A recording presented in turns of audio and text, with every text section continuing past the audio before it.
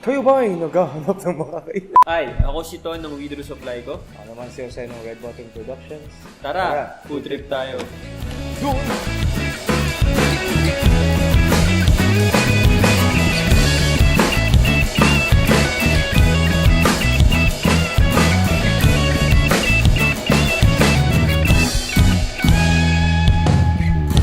Can you imagine how the world keeps on moving? Isn't it wonderful? So ano yung first impression mo dito sa Boy Shawarma, Sir Jose? Gulat ako meron ng ganito dito kasi last na punta ko dito sa Dito Cruise para 5 years ago pa. May mga time nagiinom kami dun sa Provincel. Siyempre ngayon titikman na natin yung shawarma. Lagyan na natin ng hot sauce. Oh. Sarap. Alam mo kasi Sir Jose, nung nagkasakit ka, nagkaroon kami ng chance ni Papa Neil dito na pumunta. Nakausap namin yung owner, si Sir Kevin Santos. Sila yung nagtatag ng Boy Shawarma dito sa Philippines. Anong masasabi mo? Masarap. Hindi ka na makapagsalita. Yung ano niya, yung beef niya, yung pinakasahog niya or pinakalaman, lasang-lasa mo at saka masyado kumbaga yung mataba sa panlasa yung laman niya.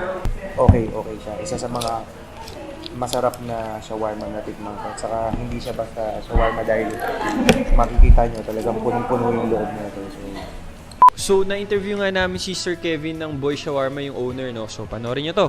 I have with me is Mr. Kevin of Boy Shawarma. He's basically the founder and OIC rin ng branch na to here at Vito Cruz. So, sir, we would love to hear from you, no?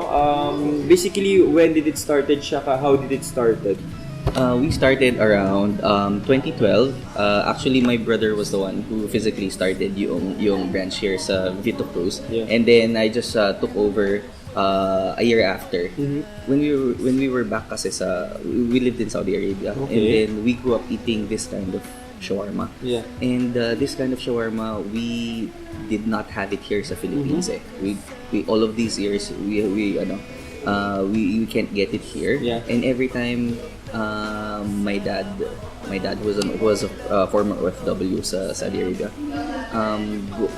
comes back here sa Philippines every Christmas. With that one, my father asked us kung if there is, why do we ask so much shawarma every time he goes home.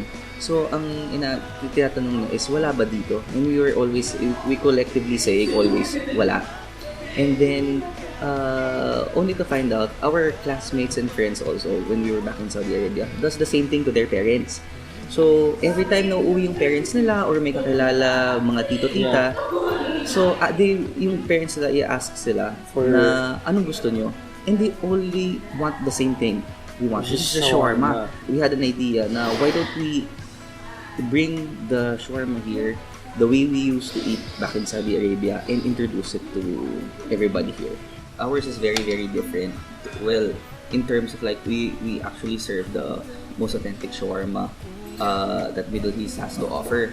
Regularly here sa Philippines, what you get is that from yung laman niya, thin piece of pita bread, you get yung onions, tomatoes, cucumbers, lettuce, Cheese. and then cheese, and then yung ano. Sobrang shredded na meat. Sobrang shredded siya na. That's not how shawarma works, or at least not yung ano. There are only 4 ingredients sa loob ng authentic shawarma. Okay. Your meat, chicken or beef, French fries, pickles, and yung aming very famous na garlic sauce. Sarap! So basically, that's it. A lot of people nagugulat sila in bakit may fries, may French fries, and may pickles, ganyan. So that's how really how shawarma works. Sure, speaking of kabsa pala, ano yung mga specialties pala dito na gusto mong ipatry dun sa mga gusto pumunta dito? Besides sa shawarma, two of our specialties is what we call the kabsa. Kabsa is a roasted chicken. Yeah. If KFC has 11 spices, we have 13. Whoa. We use 13 different whole spices for our roasted chicken, and it is served with a special rice dish. It's very, very good. Very, very good. And you guys could also try our roasted chicken. Yeah. It is our version of a fried chicken, and to be honest, there are two ways of eating it. One is rice, yes, Okay. it's usual Filipino, and one is Comfort food. and the way we eat it back in the Middle East kasi is the classic way, where there is the chicken, and there's a bunch of French fries, Whoa. and then yung pita bread, then yung garlic sauce. Wow. So that's how you eat it in the classic way. So lalo na no, I have cousin din na he grew up in Middle East din, no. I'm sure nami-miss din nila yung authenticity of Middle Eastern food or yung what they grew up na pagkain, no. So sir, invite mo sila na pumunta dito sa branch nyo sa Mandaluyong. We invite everybody to come visit Boy Shawarma here in Estrada St, Manila. It's just near LaSalle. And you could also catch us in Chimes Food Hall, in TV5 Center in Mandaluyong. So we're here in Manila. We're open Monday to Sunday, 11 a.m. to 11 p.m. And in Mandaluyong, in Chimes Food Hall, we're open there Monday to Friday, 10 a.m. to 9 p.m.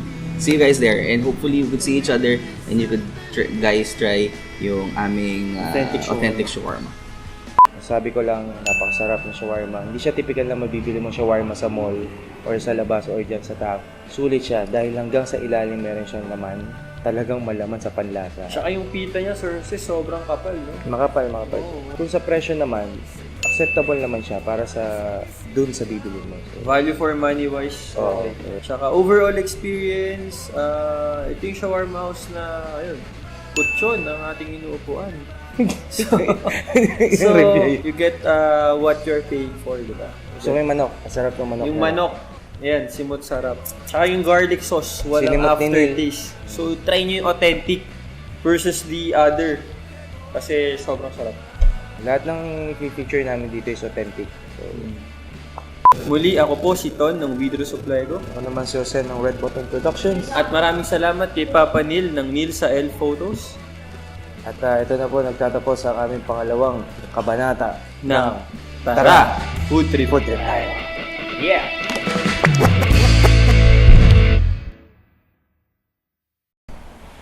I just can't help it eh. Sarap eh. Yeah.